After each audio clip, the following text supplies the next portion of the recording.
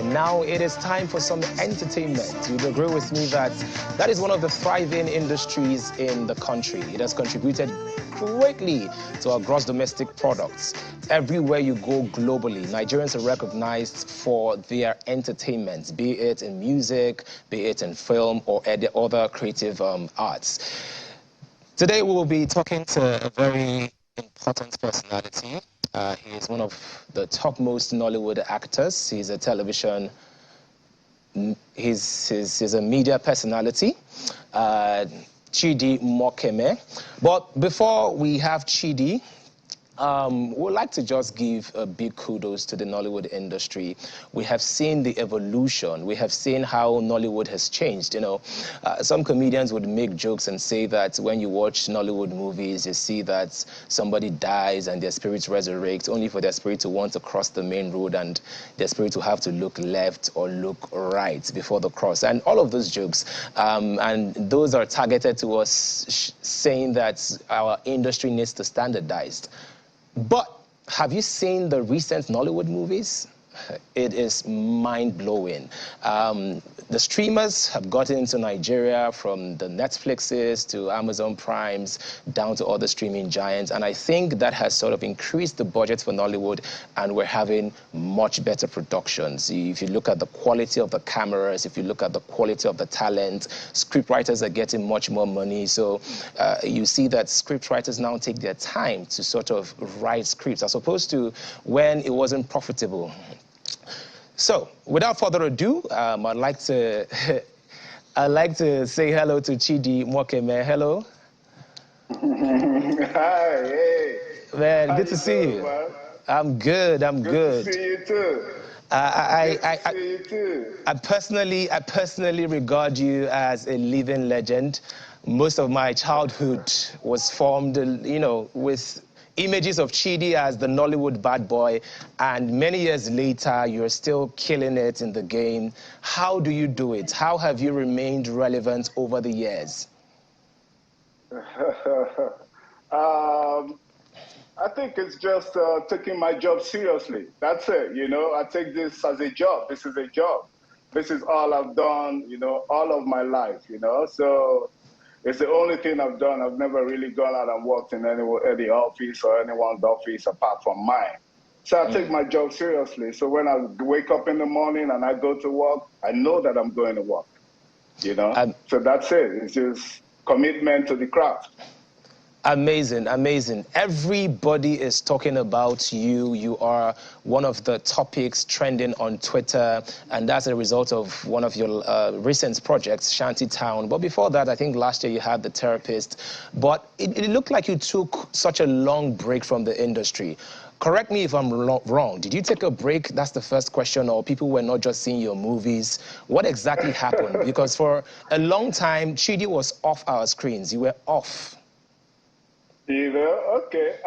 So this is Robbing Minds. So I'm going to be giving you all the scoop. You know, first and foremost, you are the first to see this look. Nobody else. I'm on location, non-disclosure. Nobody was supposed to see this. But look at me, live on Robbing Minds, you know.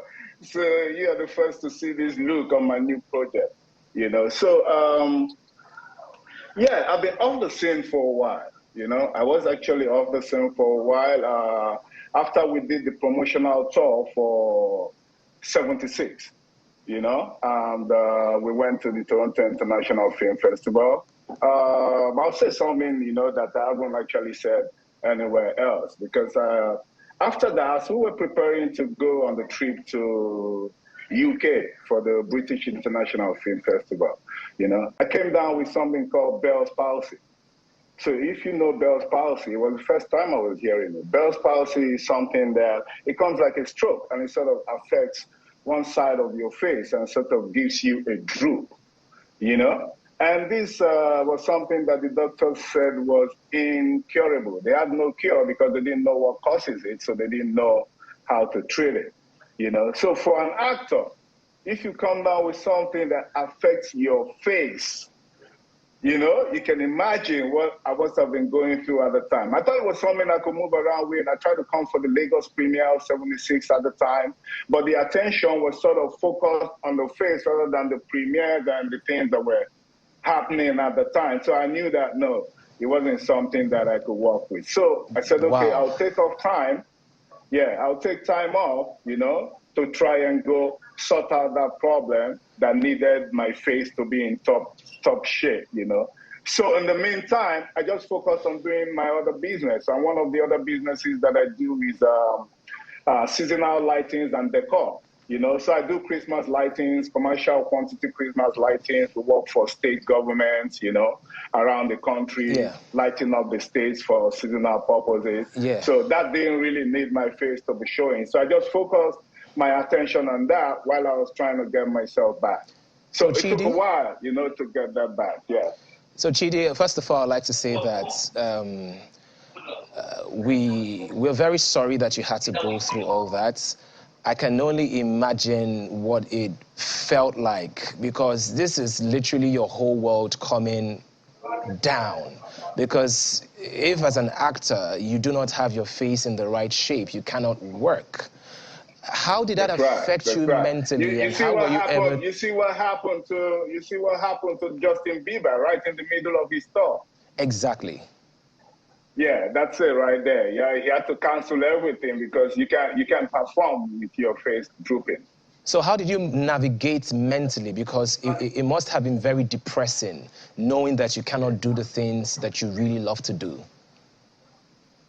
Yeah, fortunately for me, and I must say this, fortunately for me, I think I consider myself as someone who has always been mentally strong, you know? So, I mean, I'm a self-proclaimed mathematician, you know? So I'm a student of life. I take life in my strides, you know? So I just knew that all I had to do was just keep my focus on God, you know, who has been the one doing everything. Even that you're alive at all, you know, it's because God is with you and his hands are upon you. So I just kept my focus on God. I said, man, I've done this all my life. If this is what that you chose for me to do, and my will and your will are aligned, then I leave it to you. You know, you can run it when you want. In the meantime, let me go about building some other businesses.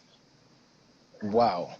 Wow, that's truly incredible, and I'm happy that you're back to acting, and I'm happy that you're strong, you're working, and you're happy. 2022 was a very tough year for you. We received all of the sad news via social media. You know, you lost loved ones last year, your sister and your cousin. You were also attacked, you know, last year. How did you move past all that? Well, I think for me, it's always, there's a popular saying that's been going around is that the tree with ripe fruits, you know, is the one that gets stones thrown at it. So this is me. Every time I get into that mode where it looks like things are just not going the way you planned consistently for a period of time, I know that, oh, this is the devil trying to distract you from that big plan that God is cooking up, you know? So as usual, I just take things in my stride. For instance, the day I had the incident on the road where, you know, they tried to, I don't know if they tried to rob me or they tried to, where I was ambushed. My first instinct, really, you know, was to ram into those guys, back up, smash their car, get my jack, you know, and just really show them who runs the town. But the me in me said, oh boy, you're going to the airport. What's your problem? Go and catch a flight and get this over with, man. How much is it going to cost to fix this damage? You know, let these guys go. And I did not even say a word to them. I just kept going. I just kept going, you know? Because, man, one life to live, brother, one life to live. 100%. I totally agree with you, and I'm glad that you were able to navigate through those challenges. And just like you said, the biggest temptations will always come before the big blessing. And what a blessing 2023 has been already for you. Now, not a lot of people have had the privilege of making a comeback and making a good comeback. We appreciate our legends. We appreciate every single person that has sort of imputed into Nollywood, even when Nollywood was not profitable. comfortable. However, you know, some of these our legends, some of them try to come back into the scene, and there seems to be a disconnect. But with your recent projects, everybody felt or feel like it's a breath of fresh air. We've known you all our lives, yet every single time we watch you, you're always delivering. So how does it feel being appreciated to the quantum you're being appreciated now in 2023? Honestly, as far as the reception for Shantytown is concerned, it's been overwhelming, you know, in a good kind of way. It's been humbling, you know, and coming from where I'm coming from in the last 4 or 5 years, you know, it's really something. I'm still trying to take it in, you know, but you remember the last 4 or 5 years, like I said, there's been a hunger because I could see things happening and there was nothing I could do about it. You know, so my conversation with God was that, God, if you try me and put me in front of a screen, I will show you that the talent that you put inside of me, I will use it and bless you. Just try me now and put me in front of a screen.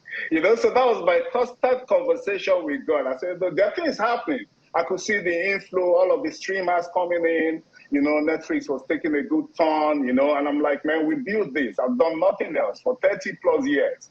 And this is the time, you know, to get your flowers. I said, God, try me. Try me. Let me give you glory. And this is God's glory right here. Taking me from not thinking I could be able to get in front of a camera. Wow. Wow. It is truly overwhelming. I really did not even know all of the things that was happening in the life of Chidi Mokeme, and I'm sure that a lot of Nigerians are also shocked about this revelation. And a wise man would say that in a world when you can be anything, just choose to be kind, because you do not know what people are going through. And there's this trend now on social media. It's so easy to think that celebrity life is perfect, you know, and your celebrities are living the most perfect lives, and we have every right to troll them. We have every right to talk about what they wear, talk about how they behave, talk about what they eat, just talk about their lives, you know. We have a right to troll them on Twitter, but who knew? Who knew that he was going through that? And he never exposed it to the public, you know. Chidi lives such a private life, and I think it's really, really admirable.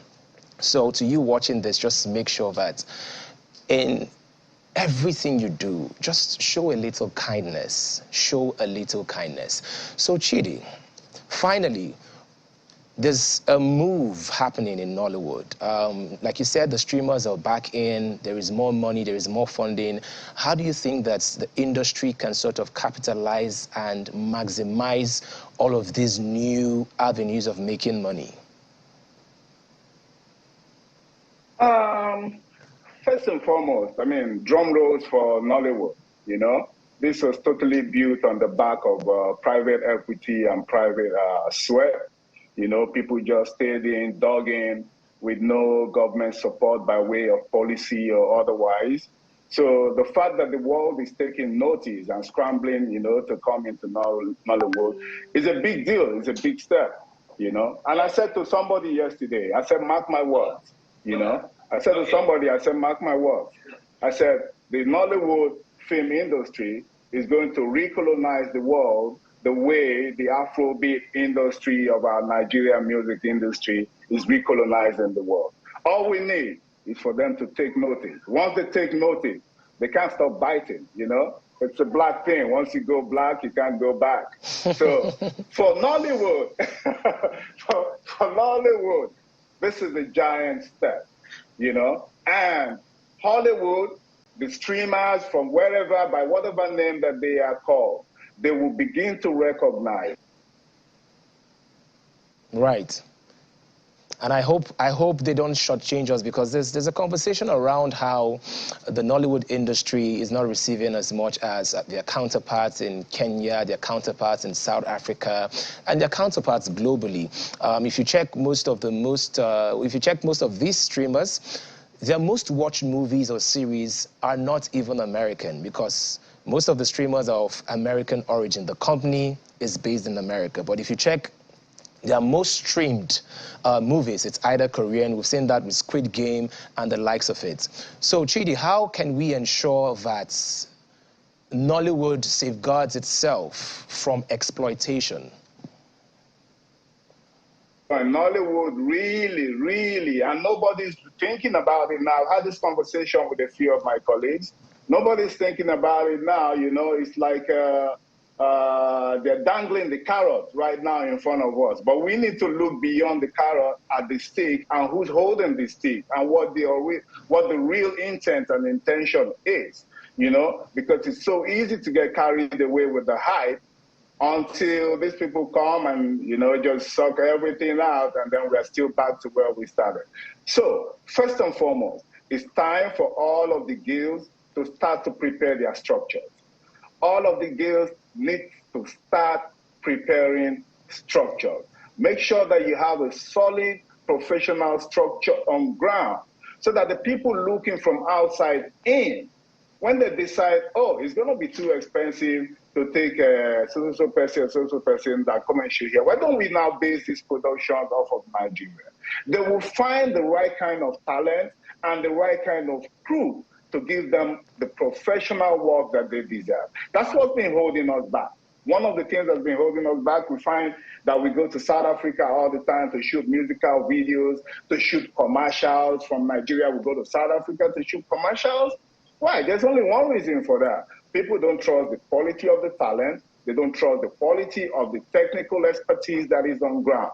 But we can see Shantytown is a game changer. We can see that all of the talent that we want, the expertise that we want, is all available. It all can be done here. Now, let us have proper structures and begin to see what we do as a business.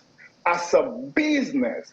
Most thespians, most practitioners, most artists are carried away all of the time with the artist side of the business. But there's a reason why this is called show business.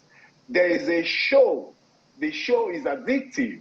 The show is like a drug. But if you don't combine the show with the business, you just be running around in circles like you're on a treadmill, you know, busy in motion but going nowhere.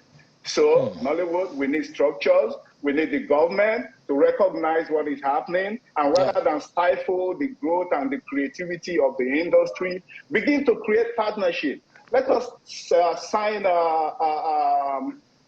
movie cooperation agreements with different countries.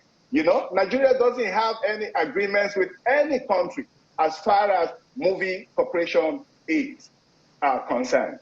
Meanwhile, Ghana here, smaller countries around Africa, you know, have partnerships signed that make it possible for people from France, from Paris, from America, from China to go into these places and shoot and bring in resources into the local economy. Nigeria doesn't have any such trade partnerships as far as movies is concerned. We need those kind of policies to strengthen the structure of the industry so that when people come from outside, they will meet a structure. It becomes difficult to take advantage of us.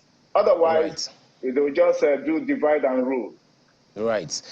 Chidi, this has been such a profound conversation, and I really appreciate you for coming on. But before I let you go, what should we look forward to? You know, what's the next 5-10 years going to look like? Because first of all, you're 50. I'm amazed. You don't look 50. You've just defied the laws of nature, and you look as young as ever. So what is the next 5-10 years going to look like for you? The next 5-10 years. Something that I've learned, you know, if there's something that I've learned in this industry, you see how things change per second, billion things change per second. I've been here, you know, 30 plus years. And in all of that time, the only thing that I knew for sure is that we were determined to grow this industry. I was determined to follow it to anywhere that was going to do whatever it takes to grow it. But what pattern that growth will take, what path it will take, how it will get there, Nobody knew any of that. So from that point of view, it's difficult to make any kind of predictions. In fact, I'm hearing now that one day now they will have avatars playing Chidi Mokeme, you know. So you better get those coins as soon as you can. Right. Thank you so very much. The one thing that is guaranteed, though, is that after Shantytown, trust me, the scripts, the productions, the level of productions that you will be getting out of Nollywood will never be the same again. And I believe you're 100%. Thank you so much for all you do. Keep being you, keep pushing those boundaries. And thank you so much for opening up about the condition that kept you down. And I'm so happy that you overcame that and you're stronger and better. Have a blast, Chidi. Thank you. Thank you to all of my fans out there. I love you guys. Go and watch Shantytown. I'm streaming only on Netflix. All right, you have to. I'll send you my invoice so you pay for that, but it's fine. That's okay. Have your peeps talk to my peeps. All right. Thank you very much, Chidi.